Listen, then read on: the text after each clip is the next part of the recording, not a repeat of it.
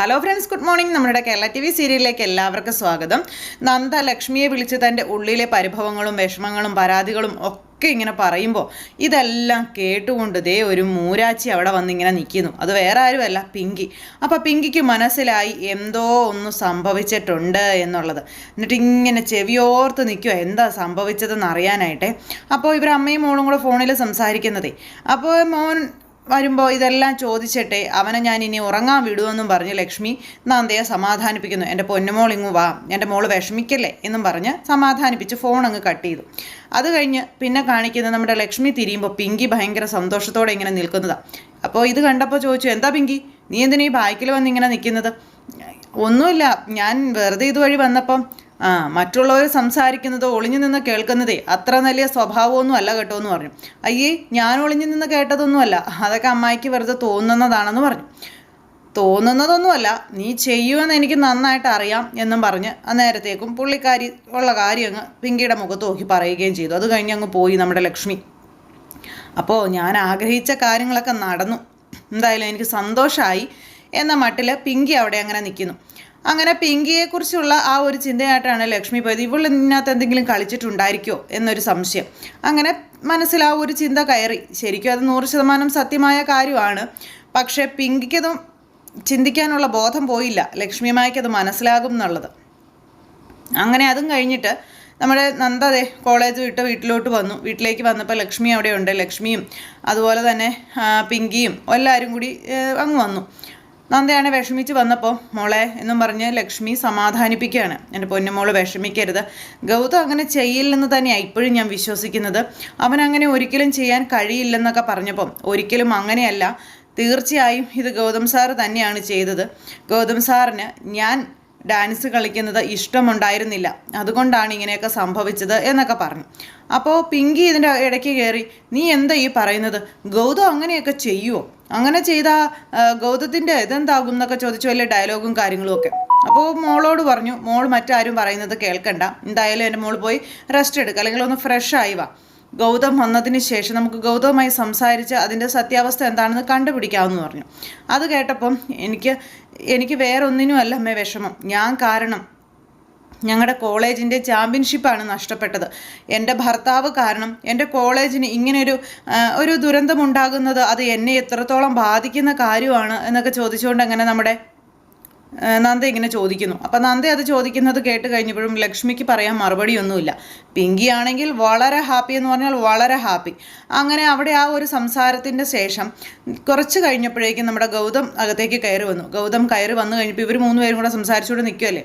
ഗൗതം അങ്ങനെ കയറി വന്നപ്പോൾ ഇവർ 3 പേരും കണ്ടു. ഗൗതം എന്നിട്ടൊന്നും മിണ്ടാതെ ഞാൻ കയറി പോയപ്പോൾ ഗൗതം എന്നും പറഞ്ഞ് ലക്ഷ്മി വിളിച്ചു. നീ അവിടെ നിന്ന് നിന്നേ, നീ എന്ത് വലിയ ചതിയാണ് ചെയ്തതെന്നും ചോദിച്ച അമ്മ മോനോട് ചോദിക്കുക. ചതി ചെയ്തെന്നോ? ഞാൻ എന്ത് ചതി ചെയ്തെന്ന് അമ്മ ഈ പറയുന്നത്? നീ ഒരു ചതിയും ചെയ്തില്ലേ? നന്ദമോളോട് നീ എന്താ കാണിച്ചതെന്ന് ചോദിച്ചപ്പോൾ നന്ദയോട് ഞാനെന്ത് കാണിച്ചു? അമ്മയ്ക്ക് എന്താ പറ്റിയത്? ഞാൻ നന്ദയോട് ഒന്നും കാണിച്ചിട്ടില്ല, എനിക്ക് നന്ദയോടൊന്നും കാണിക്കേണ്ട കാര്യവും ഇല്ല എന്ന് പറഞ്ഞു. നീ നന്ദമോളോടും അല്ല, നന്ദമോളുടെ കോളേജിനോടും നീ നീതികേട് കാണിച്ചില്ലേ എന്ന് ചോദിച്ചപ്പം അമ്മ ഞാൻ ഒരുപാട് ടയേർഡാണ്, എനിക്കിപ്പോൾ സംസാരിക്കാൻ കഴിയില്ലെന്നും പറഞ്ഞുകൊണ്ട് ഗൗതം അകത്തേക്ക് കയറിപ്പോയി.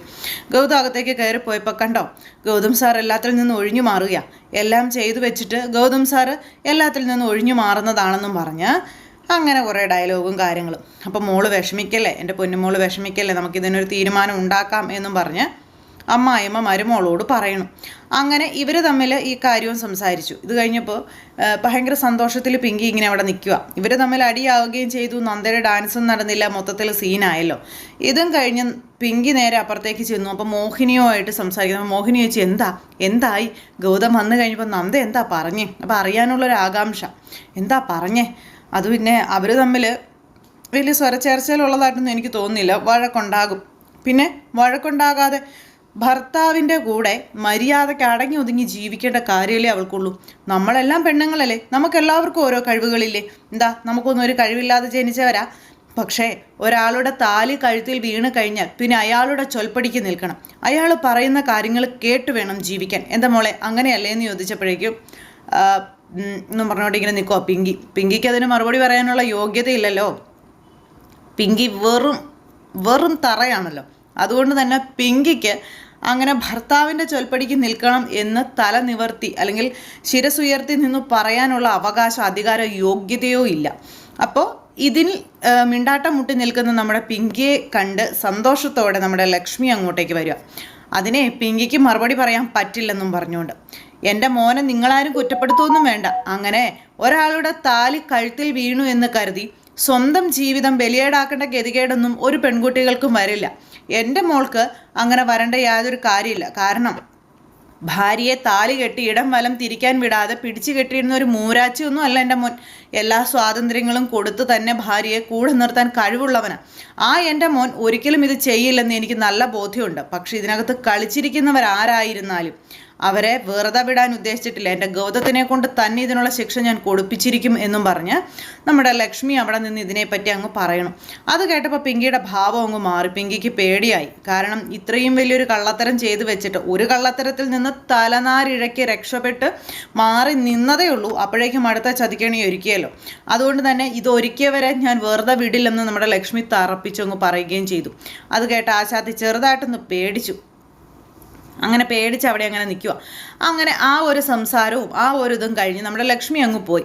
അത് കേട്ടപ്പോൾ പിങ്കി മോളുടെ മുഖത്ത് എന്താ ഒരു ടെൻഷൻ പോലെയെന്ന് മോഹിനി ചോദിച്ചു.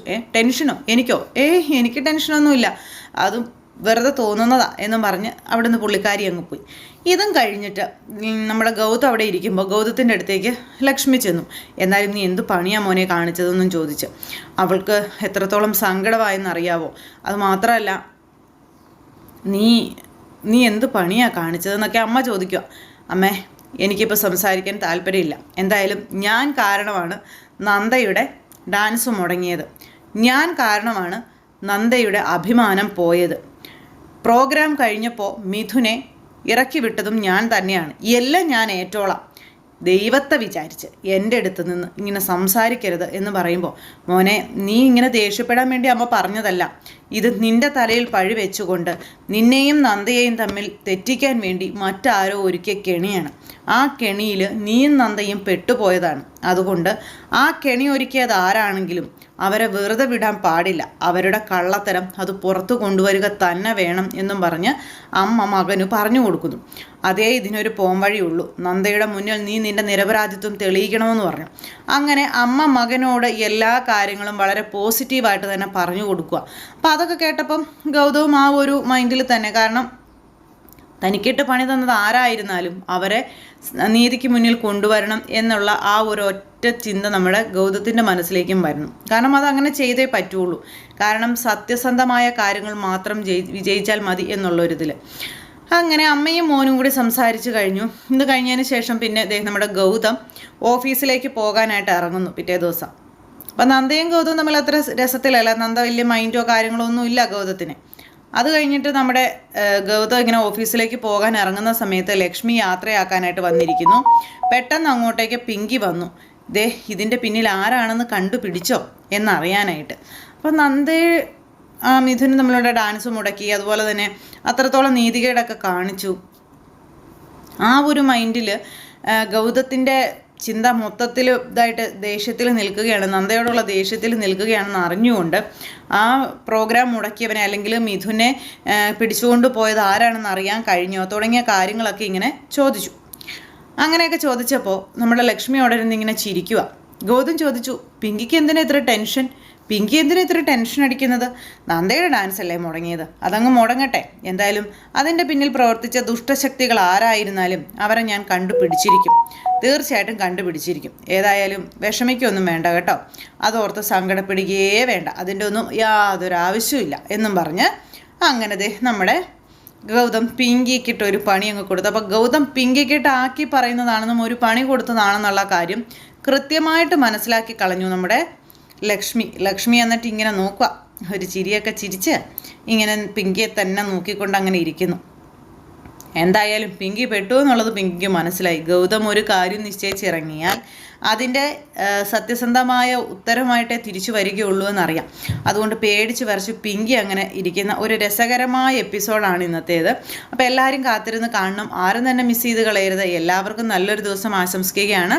എല്ലാവരുടെയും സപ്പോർട്ടിനും സ്നേഹത്തിനും ഒരുപാട് നന്ദി ഹൃദയത്തിൻ്റെ ഭാഷയിൽ അറിയിക്കുന്നു. അടുത്ത സൂപ്പർ ഹിറ്റ് കഥയുമായി കാണുന്നത് വരെ എല്ലാവർക്കും നന്ദി. അതോടൊപ്പം നമ്മുടെ ചാനൽ ആദ്യമായിട്ട് കാണുന്നവരുണ്ടെങ്കിൽ ഒന്ന് സബ്സ്ക്രൈബ് ചെയ്യണം കേട്ടോ. തൊട്ടടുത്ത് കാണുന്ന ബെൽ ബട്ടൺ അമർത്തി കഴിഞ്ഞിട്ടുണ്ടെങ്കിൽ നമ്മുടെ വീഡിയോസ് എളുപ്പത്തിൽ കാണാൻ കഴിയുന്നതായിരിക്കും. അപ്പോൾ ഒരിക്കൽ കൂടി എല്ലാവരോടും ഹൃദയത്തിൻ്റെ ഭാഷയിൽ 1000 നന്ദി അറിയിച്ചുകൊണ്ട് നിർത്തുന്നു. Tata, bye bye, okay, see U.